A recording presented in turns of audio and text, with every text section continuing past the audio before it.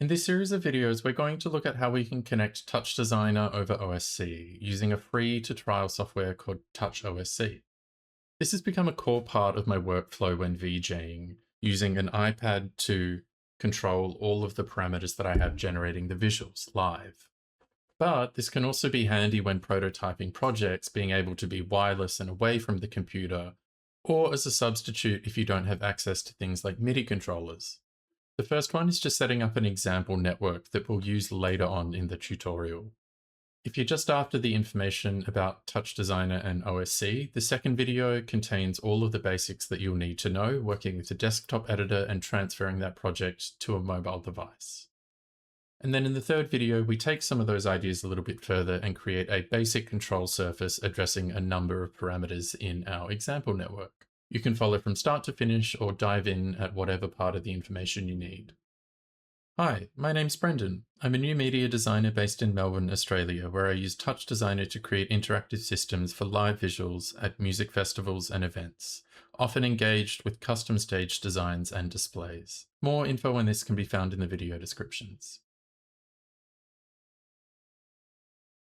So in a new blank document, we're going to delete the default and close our palette.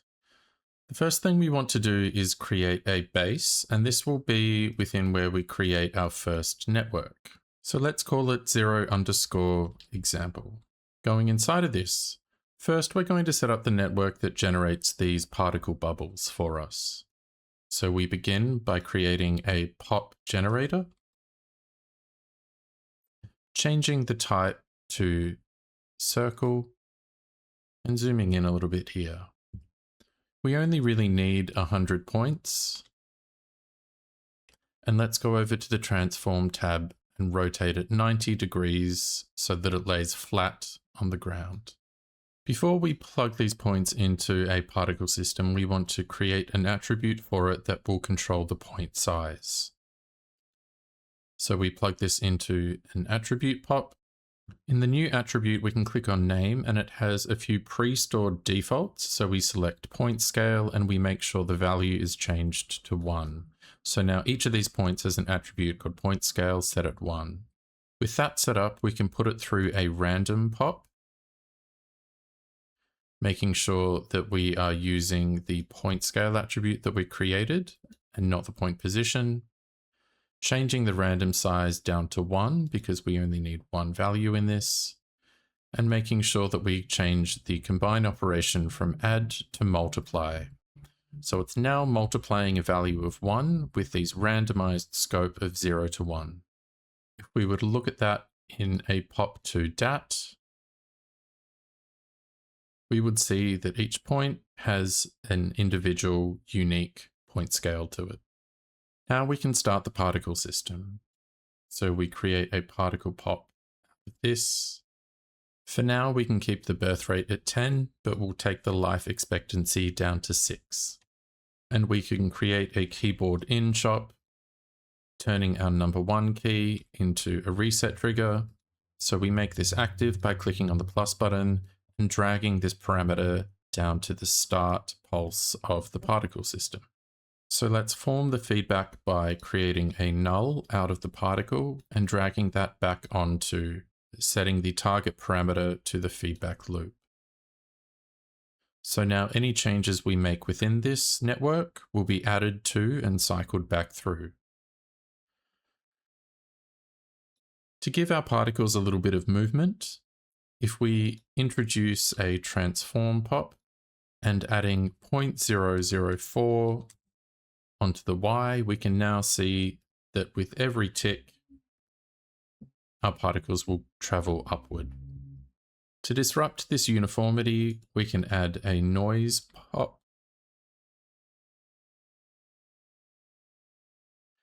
Take the amplitude down to something like 0.0005, very weak. And then over on the output tab, we change the combine entity to curl 3D. And we can see here that we get this upward drift with a slight irregularity in how they float. We're going to extend the network further by adding another null. And then separate to this, we're going to create our little bubble form that will be copied onto these particles. So we lay down a sphere pop. We can take the frequency from 5 down to 4 as we don't need that much detail. And connecting this into a transform. So in this transform, I will take the uniform scale down to 0.1. So this size and this scale defines the maximum size our particle can reach. From here, we can extend out with a copy pop, making sure that our sphere is the top input, and we add our particle network into the second input. So now we see here, the spheres are applied to each of the particles, drifting from the bottom to the top. Now, before rendering this out, I just want to address the way that these particles finish in the network. When they reach their maximum age, they just clip out and pop almost like a bubble. So I'm going to use the particle age to create a second scale multiplier that will diminish in size as the particle reaches the end, so it will size down rather than just clipping out.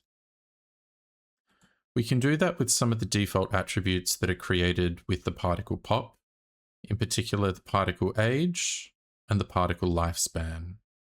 So we want to create a normalized age index by adding a math mix, and under the combine tab, we're going to look for A divided by B, where A is the current particle life, part age, and we're dividing that by its maximum life, the particle lifespan. So what this produces for us is a number between 0 and 1. So we can call this part age norm. So we can use our normalized age as a lookup index along a curve to inform how the particles shrink.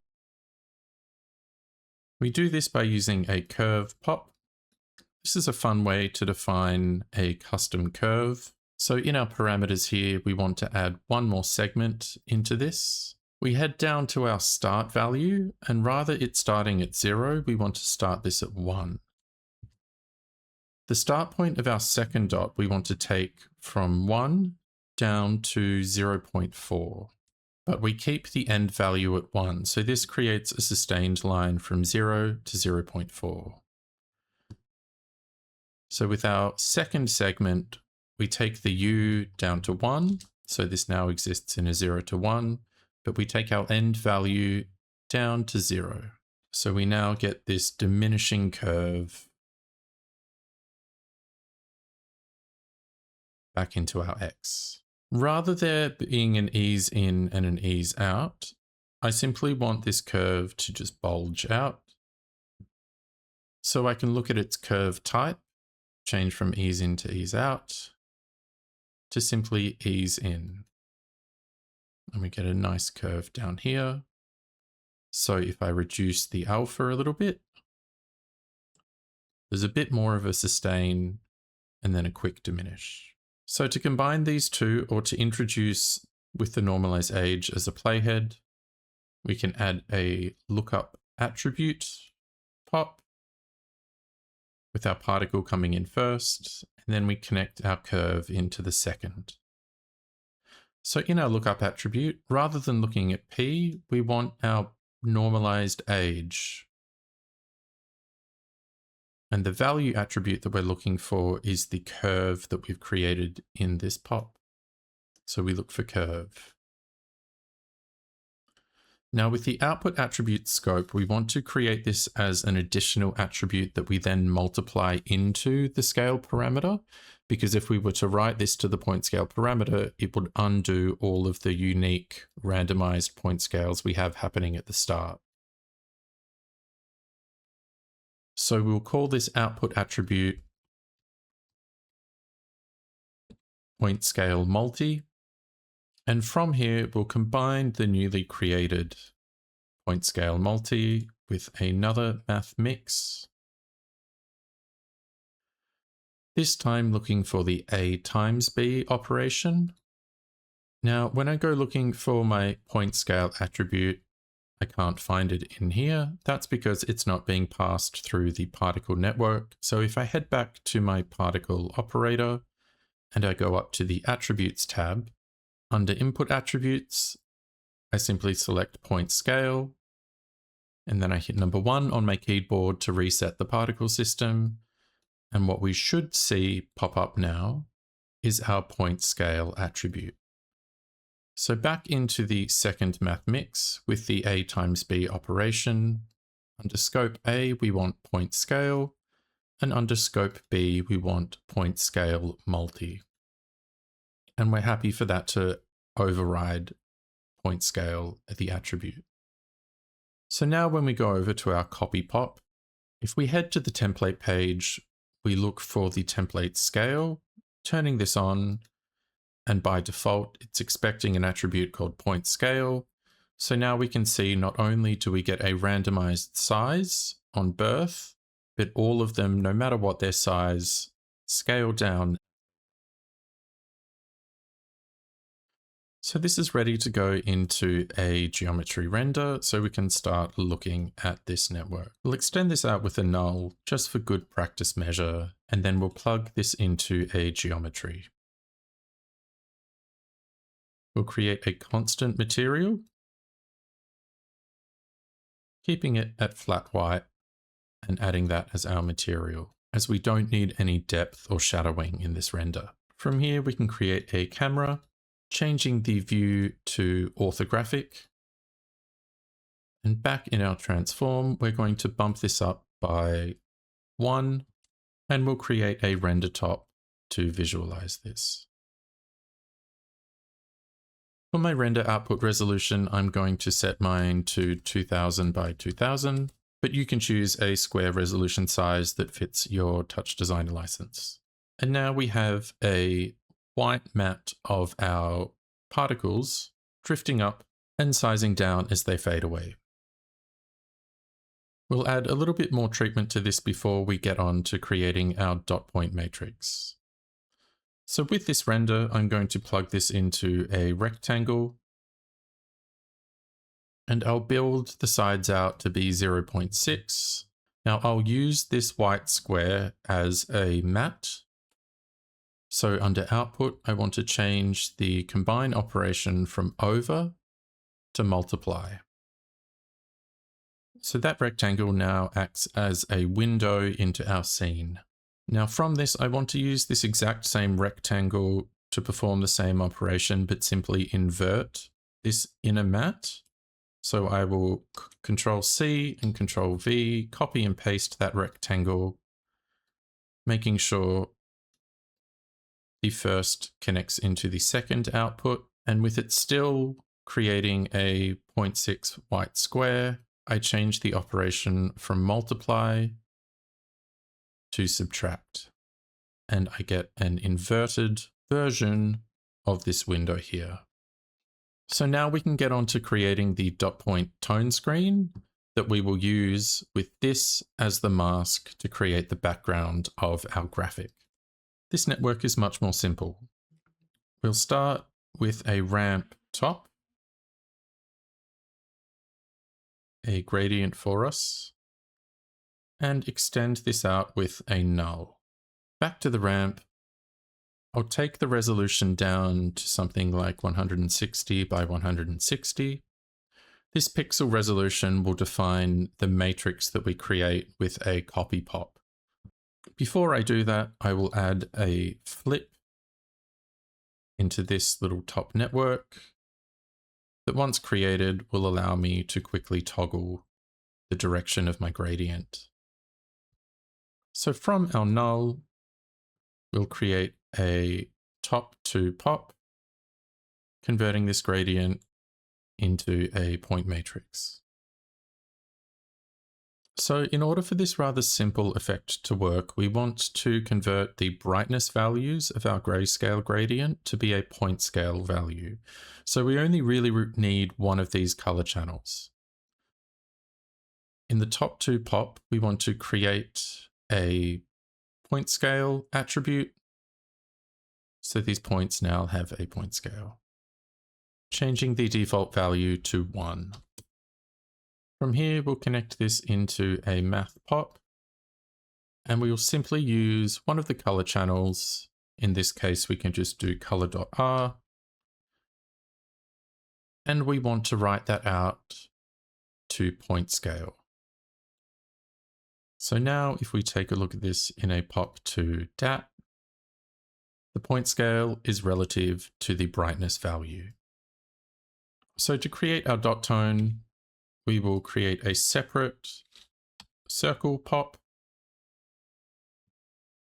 changing the connectivity to surface, taking the radius down to 0.1 by 0.1, and then also taking the uniform scale down to 0.1. From our math, before I connect these in a copy pop, I want to add a rerange, and I want the rerange to apply to the point scale attribute. So what this will allow me to do is to control the minimum and the maximum scale of our dot tone when multiplied with the gradient. So from our circle, we create a copy pop, making sure the dot tone is the top input and our input gradient is down the bottom. In the copy pop's template attributes, if I turn on point scale, what we will now see is with the color values of the ramp.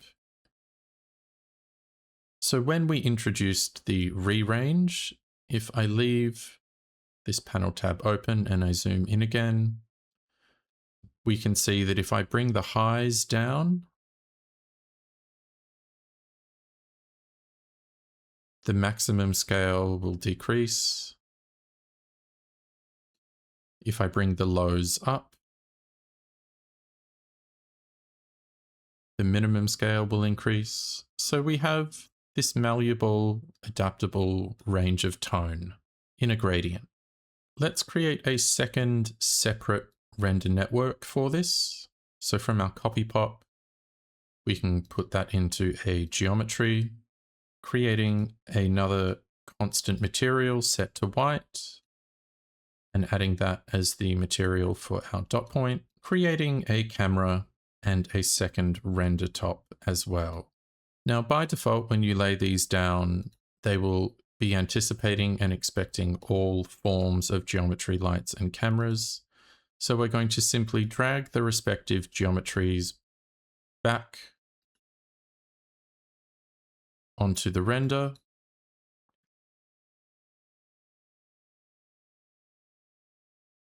To isolate these two networks. I choose to keep them separate because it makes the compositing process a little easier, and I have individual control over these both. So we want to make sure that our second render is the same dimensions as the first to make compositing them easier. So the best way to do this, I find, is with the second render selected, heading over to the Common tab, we can simply click and drag our first render into this parameter. Initially, it won't work because the sequence isn't finished. So if I finish this off with dot width and then dot height, it will be referencing the size resolution of our first renderer. So paying attention to our dot point screen, heading back to my camera settings and changing the Z value to be 1 instead of 5. So I now get my dot tone along this render. To combine these two, I'm going to first use a composite, taking the inverted bubble image as the first input and our tone in as the second input. So we have a masked out dot tone silhouette. I'll add this to a transform, simply using the transform to create a comp over background, changing the alpha to 1 and then selecting a color. In this case, I'll use orange. So to preview this a little bit better, I will split my panel from left to right, dragging the mid seam back over to the left. I'll make this panel a top viewer rather than a network viewer, turning the visibility of my transform on, dragging it into the bar if I need to. So now when I right click in my network editor, going to display, I can tick off background tops. So I have a view of what I'm working on in this window here. We'll want to create an outline that we then comp over this. So from our rectangle, if we middle mouse click from the output node and look for edge, that creates the additional top, not within its existing network, but from a new network. So with our edge, we can change the sample step to 2, though this might differ depending on the resolution that you have coming out of your 3D scenes. And I'll simply use another composite with the edge in the first input, the dot tone in the second, and I change the operation from multiply to over. So if I connect a null out of this, make that visible, and I turn my transform off. So we now have a dot tone stylized into this motion graphic. When we go back to our gradient ramp that is originally generating this, we put this flip top in here. So what this allows me to do is edit the input image and what is being passed onto this matrix. So if I was to change the ramp type to vertical, we would then get this up down that I could toggle with. I'm starting to like the look of this heavier weight down the bottom and this thin tone up the top. When I look at this, this is also as a plane. So if I were to introduce a transform pop in between the copy and the geometry, if I were to rotate on the x-axis and the y-axis, that would give me this directional tone rather than it simply being flat. If we're seeing some edge clipping going on, we can use this transform to increase the overall scale if we want to extend it to the perimeter. And also remembering that as we added the rearrange pop here that controls the low and the high black to white, we're also able to play with the scale as our dot tone progresses. We could even consider changing this to something like radial. In this case, it doesn't suit. Something circular like this. If we were to animate this, we would then get an animated dot tone in the back. So I'll take this back to our original. So back to our network, we can think about other parameters that we could manipulate in real time that would change the appearance of this. If we were to think about our particles, we could say increase the birth rate to have a much greater cluster coming through in the silhouette form. We could consider what the maximum size of these are, so that if we were to take this down, we would get a lot more smaller in our particle system. We could even consider changing the color of both the background or the dot tone and the line work that punctuates this. So as we move forward and look at connecting OSC, this will be the network that I'll use in future examples for how we can create control parameters in a little interface in TouchOSC to interact with these different elements in real time.